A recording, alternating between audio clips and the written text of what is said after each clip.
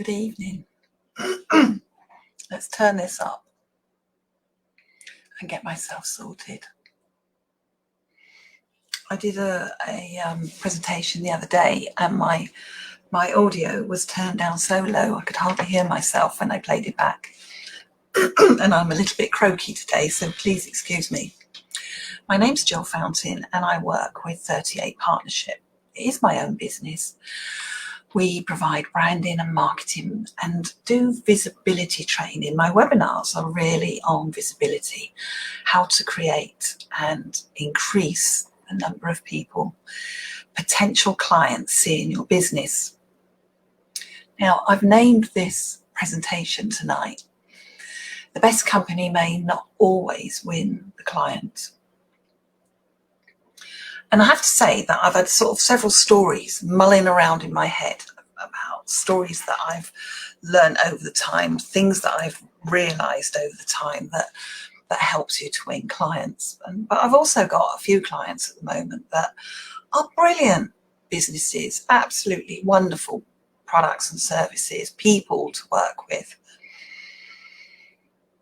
But they see their competitors gaining the sales. And I think that's really a big shame. And it started me analysing what it is, what would be that gold nugget to win sales. Well, the thing is, we'd all love to know that whole system, and there is a system, and it's it can be a long-winded system, a slow system, a slow build to get these clients that come back to you time and time again.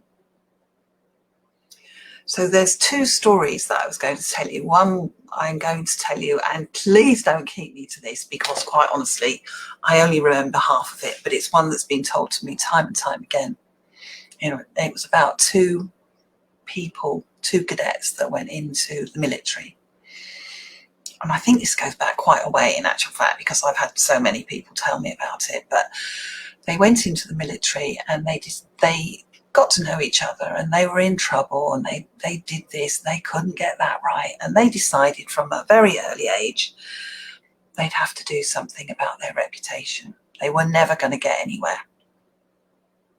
So they made a pact, and it was an agreement that wherever they went, whatever country they went into, whatever regiment they were in, they would always talk about the other person with admiration. They would always recommend, say how good he was. And they said, this is the only way that we're going to get through this. This is the only way we're going to stay here and have a career. So throughout the years, that's exactly what they did, wherever they were in the world. If anything came up that could be a little bit, speaking about the other one and what they did, they were always saying how great they were, what great skills they had, what ethics they had. And what happened was these two ended up at the very top of their ladder, as it were, the very top. They ended up at the highest post as possible because people took notice of them. Hi there, hi, lovely to see you. People took notice, people were hearing about them, people were listening, their names were being repeated time and time again wherever they went through the world. So slowly people began to take notice. And this is one way, and it's a good way, of getting noticed yourself. Having people recommend you, having referrals, getting people to give you testimonials, people talking about you. Oh yes, I know somebody that can help. Oh yes, I know somebody that's really good at that. Not only saying it to the person, I would talk to so-and-so, but actually actively introducing them. Now, how do you do that? You could do that by Facebook Messenger. You can do it at a networking group. You can introduce each other on LinkedIn Messenger by putting the name of the person and then add in the next name of the person. So there's three of you in the conversation in the messaging side. And then you do an introduction, a proper introduction. May I introduce you to, I met him, her, whilst I understand, or I have experienced. I thoroughly recommend.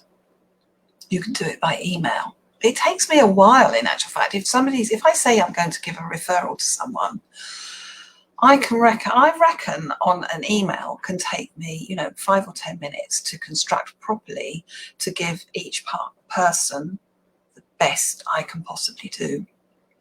After I've done the recommendation, after I've done the referral, it's up to them whether they can make that referral work and turn it into a client, turn it into business. However, if I get that referral wrong, if I misunderstand what that person requires and redirect them to the wrong person, not only does it not do them any favours because they haven't got that skill base, but it also reflects on me. Say, for instance, I've misjudged somebody, then I have to, and they give a poor service, then that will reflect on me. So I have to make sure that the person that I am referring, the person that I'm recommending, has got a good service and of the type of standard that I feel is a high standard. So that's people talking about you. Obviously, there are loads of other things, loads of other areas that you can get people talking about you and getting your head, that thing of that head above the parapet thing, where people recognize you where you go, they say hi, they talk about you all the time. Bringing in and gatherers, a fan base, likes, an audience can be quite easy, to be honest, if you do it one quick way, but actually that slow build is really very good. And the reason that is because along the way you are getting to know, like, and trust each other. You're building that relationship. And it takes time. I had a phone call this week from a lady. I thought actually she was a scammer to begin with. And because she said, I'm so-and-so from so-and-so, and I wanted to talk to you about collaboration.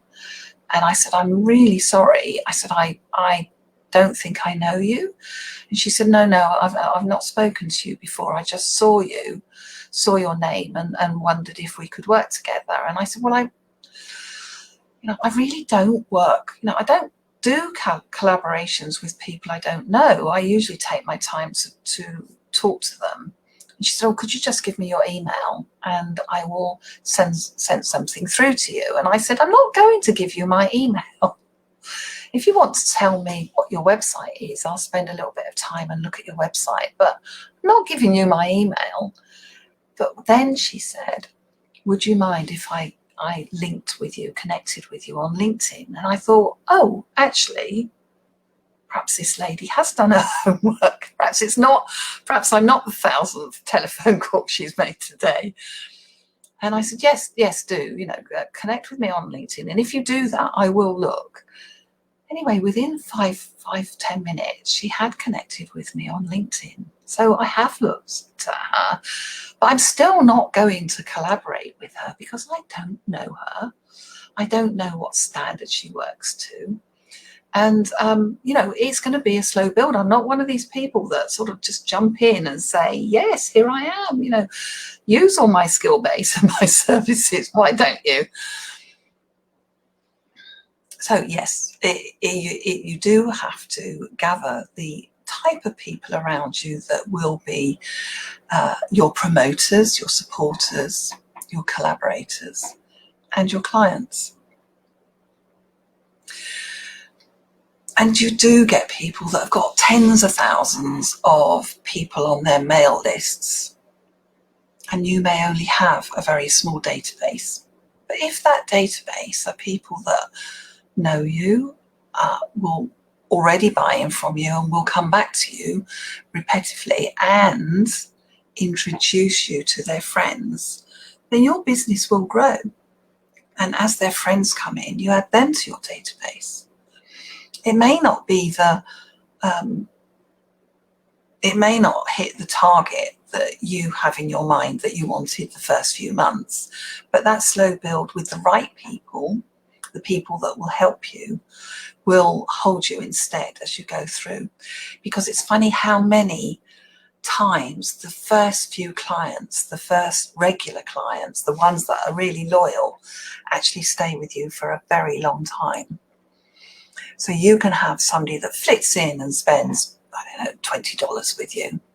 But then you can have somebody else that comes along and they'll only spend a few dollars, but they'll introduce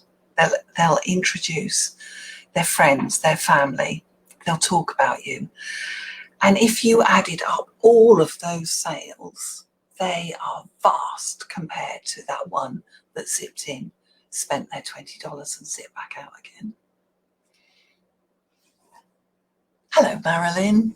Hi, lovely to see you. I didn't realise who it was. Yes, I know it doesn't show up here. It just says Facebook user. But as soon as I get out and go into the area that I am, you know, my post, my video on when, I'll be able to see who it is. So the other story I was going to tell you about is about an animal park farm near us, and they've been our clients, or rather they were our clients many years ago when we were in the toy business, and we introduced trampolines to them. So they're a children's animal park farm. I took my children when they were tiny to this animal park farm and they loved it. They absolutely loved it. And then one day we got, this is when I was in the toy trade, outdoor play. One day we had some visitors turn up, and we sat and we chatted in the garden about what they wanted and how big their garden was. They didn't tell us who they were. And then we were talking about the trampolines, and our trampolines were top quality. And they were asking us about how robust they were. You know, would they stand more than one child at a time? How heavy they were? All the things that were indicating that this was for more than just a family. And in the end, I said to them, where did they come from? I asked them, where did they come from? And this happened a few times. In actual fact, you would be amazed. In actual fact, you do know some of the owners of big houses that we've met along the way because of outdoor play. And in the end, I said to them, you're not from Andover, are you? You know, the next town. And asked them if they were from the farm, and they burst out laughing. They said, yes, we are. And I said, oh, we'll come down and see where you're talking about. We'll come down, we'll have a look at where you're talking about, and we'll size it up to see how many trampolines we can get in. Anyway, we could get five 14-foot trampolines. Excuse me, 5 14-foot big round trampolines we could fit in the area. And we all worked together on this because this was a major thing. This was years and years ago when trampolines were not in every garden. You certainly couldn't buy them from the main stores. And since then, we have been going to see them every year, every other year. And we still go and see them even now and have a chatter. And we talk about old times. We sit in the picnic in the gardens and the children's play area in the garden, drinking cups of coffee, talking about what's happened over the years and how children have played and what's happening next. But what he did, he was very clever because he identified each time, each season, he would spend an amount of money reinvesting on his products, on his animal park farm, different areas for the children. So he noticed one year that the summer was very hot, but then it started to rain and his sales were going up and down like this. And he said, we've got to do something. We've got to get some undercover. And they started putting up undercover play areas for the children. And then another year, they decided that they needed to extend their season because it stopped abruptly after the October half term, the children's holiday. So again, they extended it a little bit out to Halloween and Harvest Festival. And then they extended it further with a huge outdoor play equipment area, then selling hot drinks and hot meals, soup, and, you know, the winter food as well. And it meant the mums would bring the children in after school into the soft play area and the indoor area.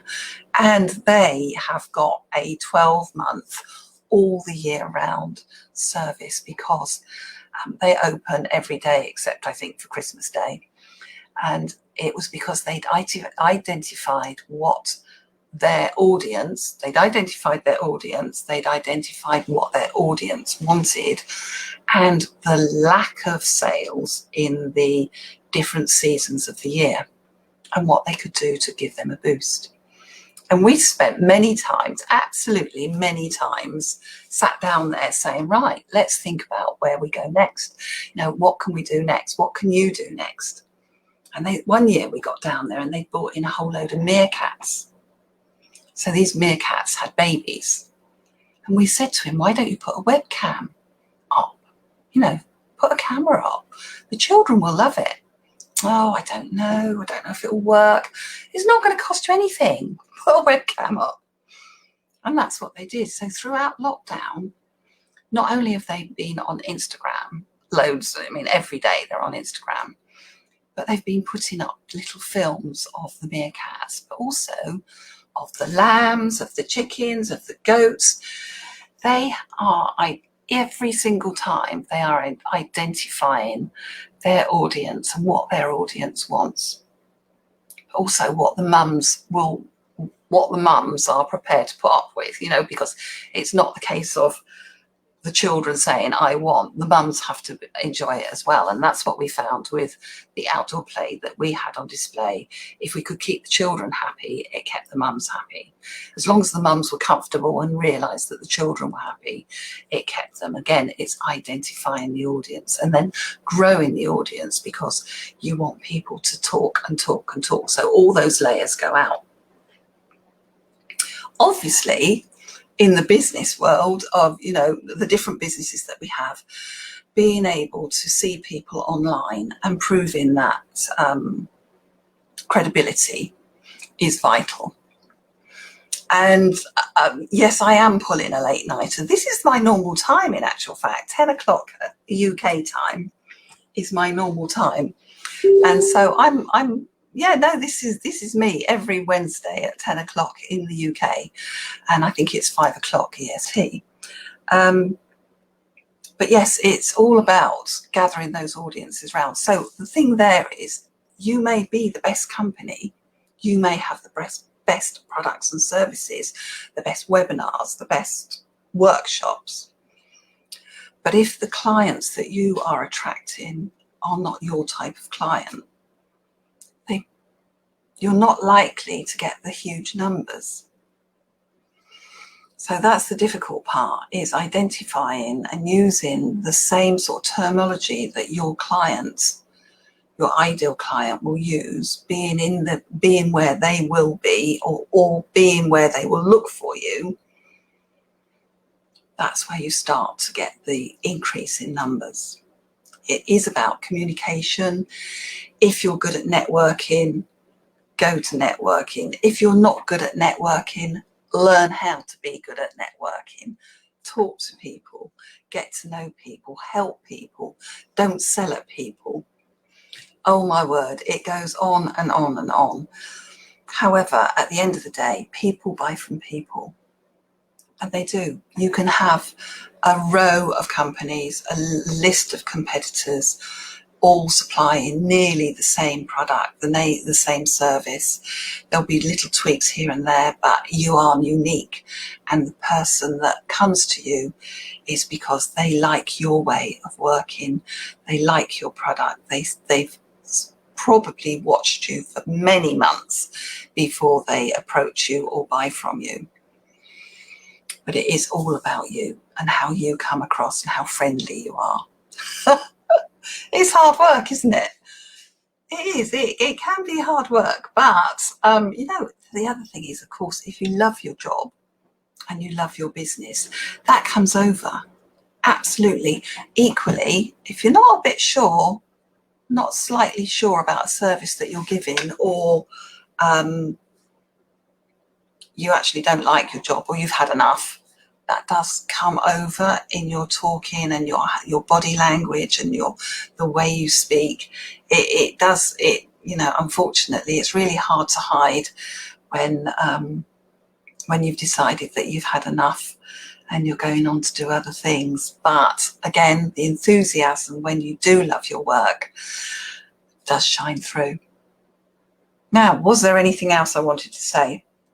I don't think so, not for tonight. No, I don't think so. Thank you very much for joining me. Now, I don't know what's going on in these comments, but I'm going to come out of here and I'm going to zip into When and see where this video is and see who's been talking to each other here. Thank you so much for joining me. I'm going to be here at the same time this time next week, and if I'm not here, I'm going to be popping up a video and I'll talk to Hayley about what I'm doing next week. If you do want to join my webinars, at the moment I'm doing my visibility challenge. I've got my 5 steps to develop an A+ LinkedIn profile on Friday evening, and then again on the 30th. And then of course I do have my monthly subscription membership program, which is a twice a month meeting with me, which you can come on board at a really good price and just have these chats and let me help you through with your visibility and growing your business. So I'm going to say good night. Thank you very much for joining me, and I will see you again next week, hopefully. Take care, everyone. Thank you very much. Bye-bye.